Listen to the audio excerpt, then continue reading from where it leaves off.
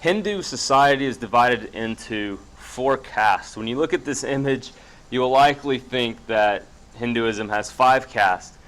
But in reality, that bottom tier there, which is labeled the Untouchables in the English subtitles or English explanation, that doesn't count as a caste. They are considered to be below the caste. That's why in English there it says outcast. They are outside of the caste system.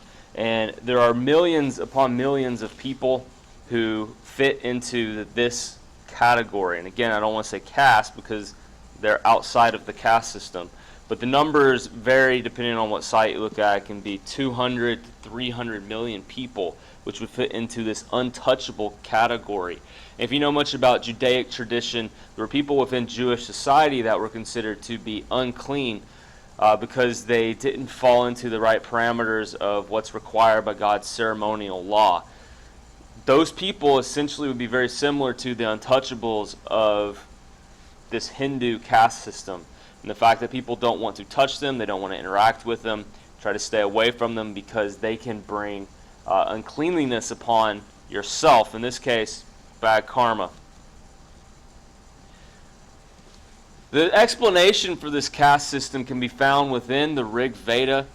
There is a creation story of Purusha, this divine being who split up and divided, and from his body, the world and the universe, everything in it is created. Again, though, Hinduism has some contradictions within it. Though the Rig says this is how the world came into being and how life came into existence, at the same time the Rig also then says, but who knows, because none of us were there to actually see this happen. Within Christianity, we don't have a subnote of, or a little footnote of, hey, we don't know if this is really how it happened because none of us were there. We just look and go, well, God said this is how it happened, so we trust this is how it happened. The Vedas, coming from a divine origin, would then let us know that whatever source, whatever divine origin gave the Vedas to the Hindus can't necessarily be trusted or isn't 100% reliable or knowledgeable themselves on all the facts because whatever that source is can't reveal if the story about Purusha actually happened or if it didn't. But within this context of the Rig Veda, we see that Purusha's mouth would be the priest, his arms the warriors, his thighs the merchants, and his feet the peasants. So within Hindu scriptures, we have an explanation theologically for why there is a caste system. It's from the body parts of Purusha and how they are ranked head to toe. Along with the caste system, Hindus focus on stages of life. And so just we can think about it. We all progress through various stages of life. We're students, and then we get a job, we get married, we have kids, and then hopefully one day we'll retire and take care of our grandkids. So pretty basic. Hindus are called to fit into not only their caste and the duty associated with their caste, but also the responsibilities and callings that each person would have in the various stages of life. There's a 4th category, which we in the West are not associated with or very knowledgeable on, but it's renunciation. So a person, when they reach retirement age, can renounce the caste system or renounce society, so leave their calling or their position and go on a religious pilgrimage. Oftentimes they end up joining an ashram. If you've seen the movie Eat, Pray, Love that has Julia Roberts in it, or read the book by Elizabeth Gilbert, you know that she joins and spends time with an ashram. So if you want to have a visual of what that would be like, you can watch the movie Eat, Pray, Love with Julia Roberts. But in the ashram, it's a community of Hindus that live and practice Hindu rituals together as a way of obtaining moksha. The Bhagavad Gita is not a divinely revealed text for Hindus, but a lot of their practices and the way they live and live out their faith can be derived from this text.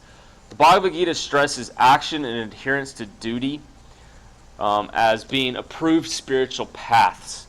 And it plays out in this story where Krishna is an avatar or incarnation of the god Vishnu, and he's speaking to this warrior, Arjuna, who is lined up for battle, And it's like a civil war where he's going to be battling against tribes, people that he's related to, and he's sitting there going, do I really need to be doing this right now? And linked with the whole idea of Brahman, with everything being sacred and divine, and the fact that Hindus don't kill animals, they don't eat meat because the animals are sacred and of the same divine essence that we are as humans. So they don't kill there. He's going, wait, I don't kill there. I am going to kill fellow human beings who I'm actually related to. This can't be right. And what Krishna essentially tells him is, now you shall hear how a man may become perfect. If he devotes himself to the work which is natural to him, a man shall reach perfection if he does his duty as an act of worship to the Lord. So in the caste system he was in, Krishna was essentially saying, this is your caste. You are in the warrior caste, the ruling caste. So if you stick to the duty of your caste and what's expected of you in the various stages of your life, that is a process or path in which you can attain perfection. So even though it seems contrary to what you think you should be doing, this is your allotment in life. And by following this, even though you may struggle with it inwardly, it's actually a way for you to worship the Lord. Pretty interesting concept. Again, this seems like a contradictory element within Hinduism. But so it's one that Hindus struggle with, even associating the Bhagavad Gita and the words that Krishna gave to Arjuna and how they should live in the world and interact with everything, which is ultimately one. The Bhagavad Gita also endorses quiet contemplation, work demanded by one's caste, and sticking to your individual place in society. Those three together as a whole can be an explanation as to why people of the untouchable caste, and again, it's not a caste system, but the untouchables don't strive or revolt to rise up and overtake a higher caste, because they are ingrained still with the religious teachings of Hinduism that if they do that, they likely will experience a reincarnation that would be the same or worse than what they currently have. So if they just stick to their caste and what's expected of them in society and have this quiet contemplation of their role in life, they will hopefully, because they don't really have a gauge to know how they're doing in this process, in their next life, in their reincarnation, be in a higher caste. And so that keeps them complacent, keeps these 200, 300 million untouchables from rising up and having a massive revolt. That and the fact that they are still dependent upon the upper caste for their day-to-day sustenance, which is not much as it is, just enough to essentially survive. The fourth aspect of the Bhagavad Gita is that it recommends spiritual paths, other ways besides just sticking to your caste and role in society.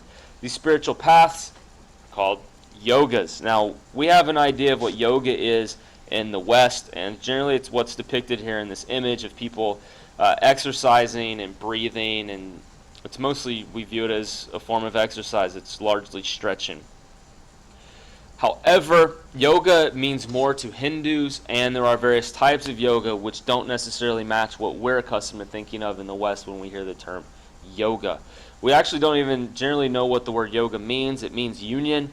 And what are we being united with within yoga? What's the goal? It is to have union with Brahman, and we already technically have that theologically within Hinduism, because we all have that same divine essence in us. At the heart of all things is Brahman, but the problem then becomes that Maya keeps us from seeing this interconnectedness and divinity of all things. And so to experience that firsthand, we follow these spiritual paths as a way of finding that connection inwardly and outwardly with everything.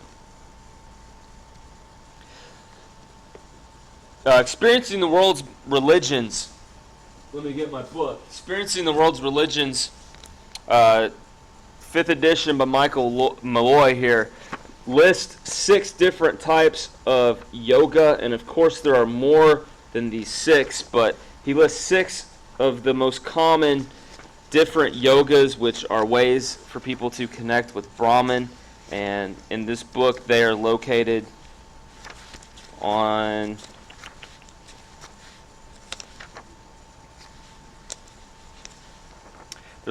page 92 to 95, and they all have English names as well as Hindu names. And so on this list here, sometimes I gave the English name, but what I would suggest anyone watching this video, if you happen to just see it online, or if you happen to be in my class, is to look all these up online and figure out more information about them, and to, in particular, focus on realizing which one of these yogas is the yoga that we commonly associate the word with in the West. So which one is that? And then also look towards which yoga here is typically a good expression of how we may experience, or what we would traditionally think of as being worship of a god or deity. And then finally, for all Christians, as we study these, just to be able to relate to what the Hindus are doing and what they believe, I would suggest as you look at each of these spiritual paths, ask yourself, does Christianity have anything similar? So this is a spiritual path in which Hindus can follow to experience the divine. Do Christians have a similar method or path that we can follow, which will help us grow in our experience and knowledge of Jesus Christ and the Trinity, Godhead in general?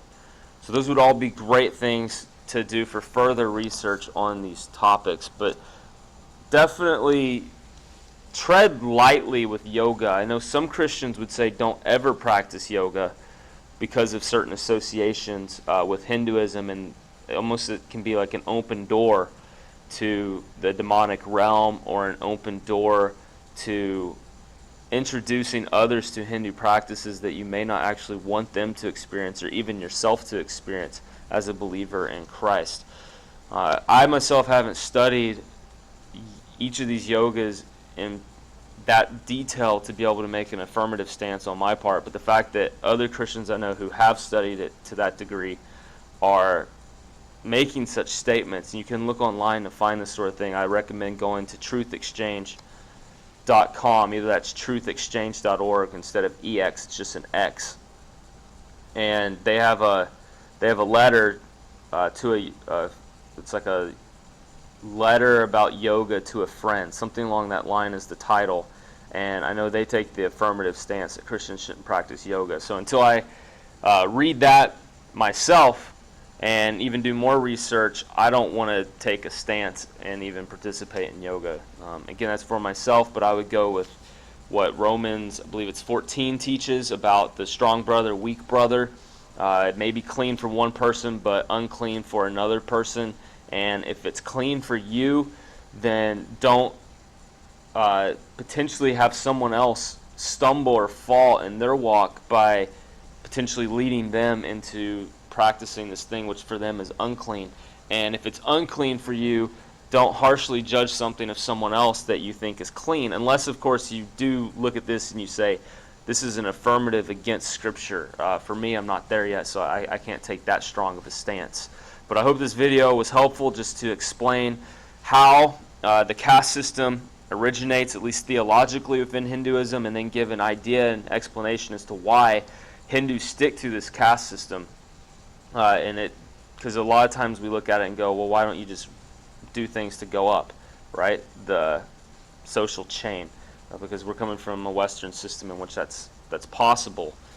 So again, it's probably not possible for most of them to do that. And then also on top of that, with the religion that they have, it stresses for them not to seek gain in that way. So they're likely not going to rise above where they are for fear of bad karma that would send them to a lower position in their next reincarnation. So just a good explanation. I hope that answers some of your questions you have about the caste system. And one more final thought on that. Don't take everything I say and apply it to all of India, because India is rapidly changing through globalization and the internet and all the outside influences that have been occurring in the last century and a half or two. So definitely just be aware that this doesn't apply everywhere, and that in a lot of parts of India, this caste system appears to be abolished. I mean, actually, it legally is abolished, but just as how in America with the civil rights movement, we had laws, but it took a long time for them to all necessarily be accepted by everyone and to just be upheld and taken to be the norm. So I bet if a lot of us were transported back 50, 60 years, we'd be pretty shocked to see the segregation that we had within our own state or our own country.